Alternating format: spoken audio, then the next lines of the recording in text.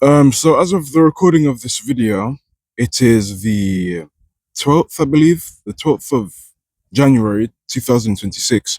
This video will come to you on the 14th. And I remember New Year's Day, everyone's celebrating, everyone stays up late in the night to celebrate. Good stuff, man, jolly. It's always a good feeling when New Year comes. But you guys got to realize, man, New Year comes every single year. Until it's time for Judgment Day, that will always be the case. And we celebrate New Year's Day. For the animal behind me. We celebrate New Year's Day. It's a good, jolly feeling. It's great. Until January the 2nd comes. Right?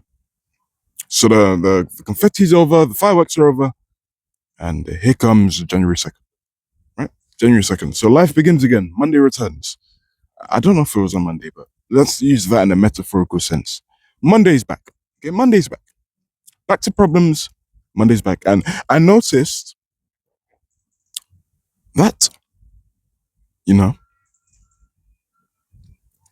nothing changed.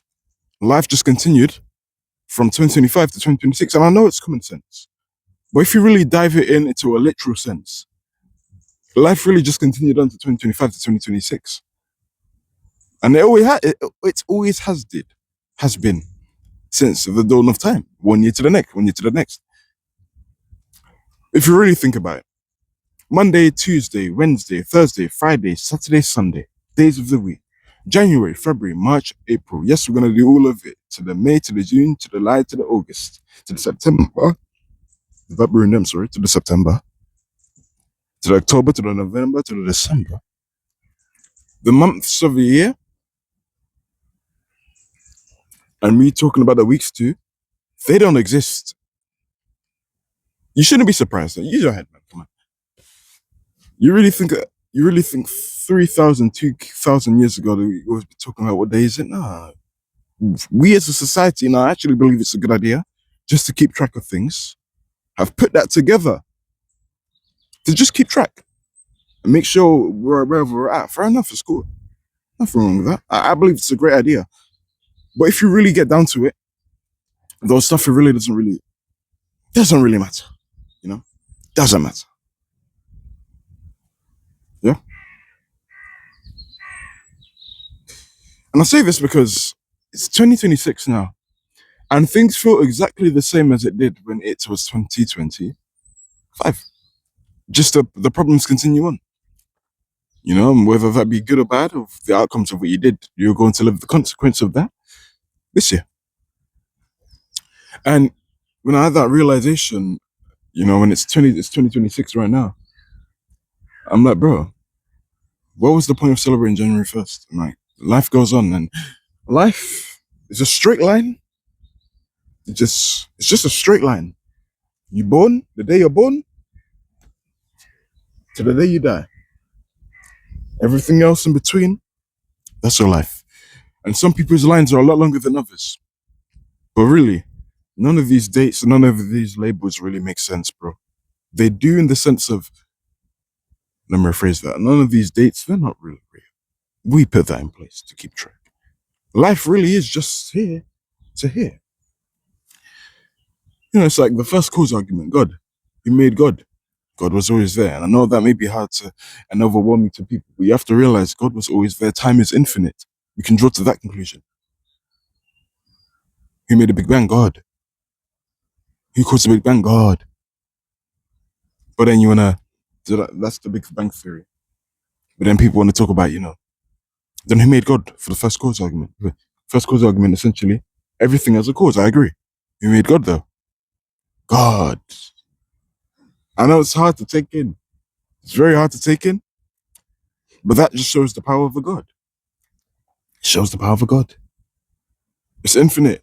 No one made him. He was always there. And I know you and your logical human brain, you're going to try push back the time. No, I really want to find that. You can't. That's the power. That's the power of God. The oneness, the omnipotence. You can't understand.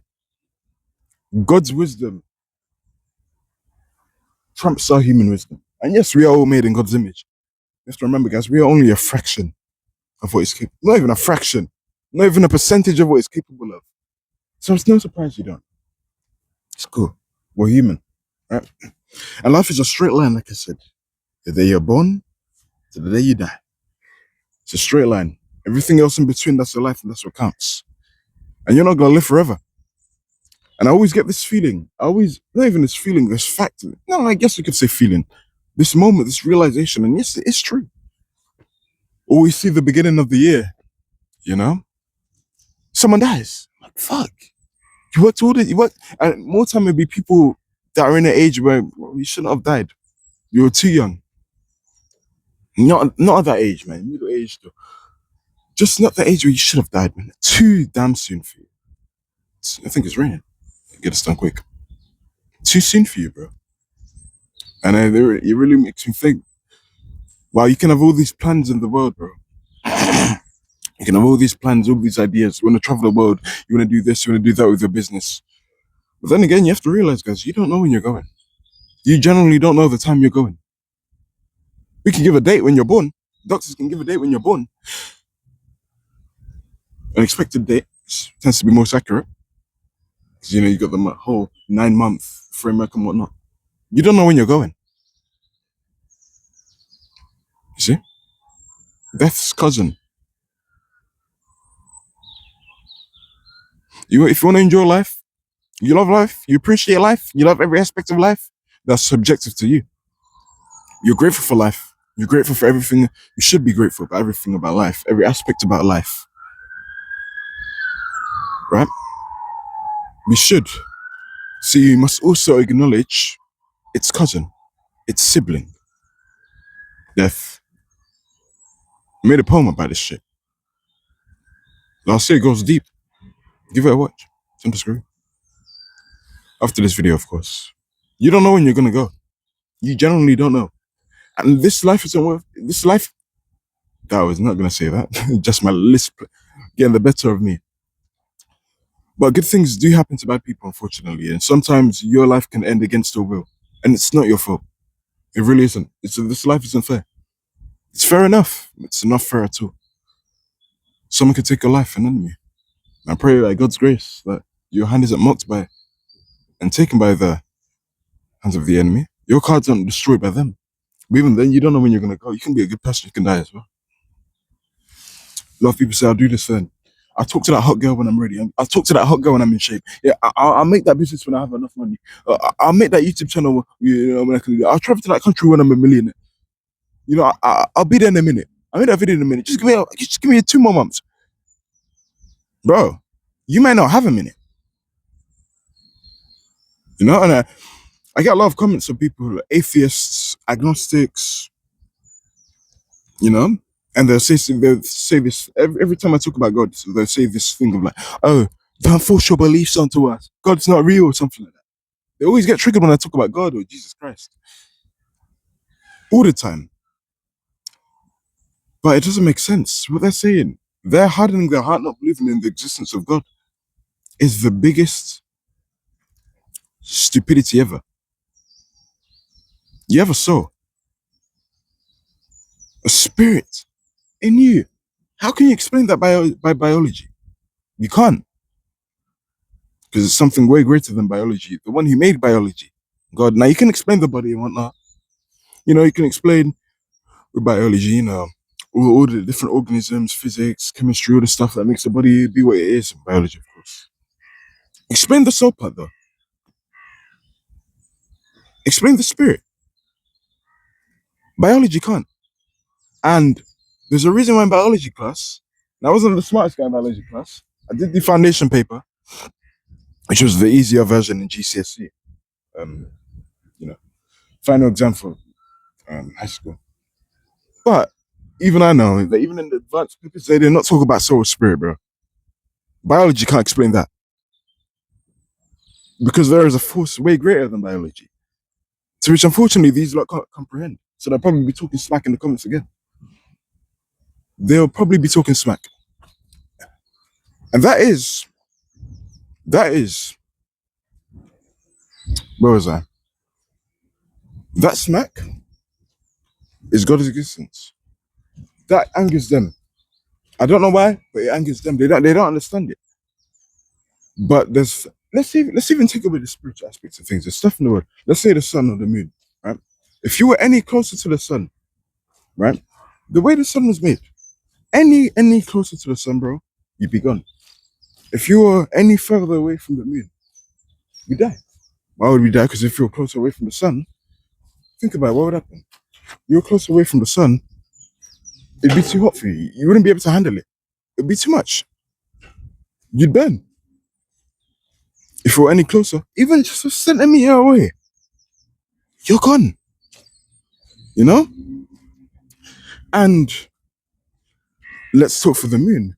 If the moon was any further away, it'd be cold for all too further closer, we'd just freeze to death because it's too cold.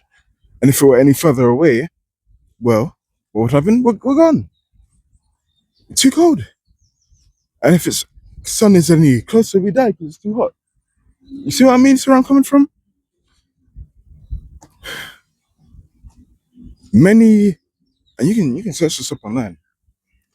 Many archaeologists have proven Jesus Christ is real. They found it and pinpointed he was born in Bethlehem, Nazareth. They pinpointed his death location, and they've been consistent with this for thousands and thousands and thousands and thousands and thousands of years. You can't explain earthquakes. Maybe you can explain the science behind it, yeah? But who caused it? Who caused the nature? Who's caused the world? You're telling me the world was just there? No, someone did that. I say this to say this, man. A lot of us, we like to put labels. We like to put labels. We let time labels determine when you want to do said thing in your life. But you don't know how long you have. You don't. So the best thing we can do the best we can now. You see that hot woman, go talk to that hot woman. You find that attractive, go tell her you like her. What's the worst she can do? What, tell her friends? Could roll her eyes at you and spread. Like, oh, hey, come on. What's the worst she can do? And even if you do get rejected, at least you tried, and at least you have that knowledge now. At least you will never have that, oh, what if? That's one of the worst things that can happen to you in life. The what if. Oh, horrible. And, you know, there's a lot of wins out there that are available. Now, it's a risk. It's not promised you can get the win. But how sad to not even give it a try because you're afraid of a loss. How sad is it to not even want to try get one of the many wins because you're afraid of taking one loss? Sad if you ask me, man. Really. Give it a try, man. I end up saying this. I don't want to make this video too long now. It's better to experience the pain of discipline, whether you win or not, than the pain of regret, because there's nothing worse than a what if.